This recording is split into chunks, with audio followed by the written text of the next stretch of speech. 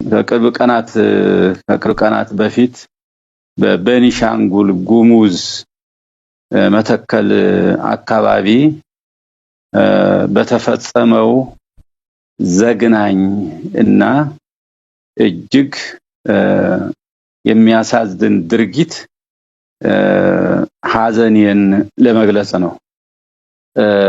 ሰው አይኑ ያየ ከነ ህይወቱ እንደ ማገዶ እንጨት ወደ እሳት መክተት ማለት ምን ማለት ነው? ይሄ አረማውያን እንኳን የማያደርጉት ነው። አያደርጉ እንዲህ አይነት ተደርጎ የማይታወቅ ነው። በጣም የጭካኔ ነው። ከልክ ያለፈ ጭካኔና ጥላቻ ነውና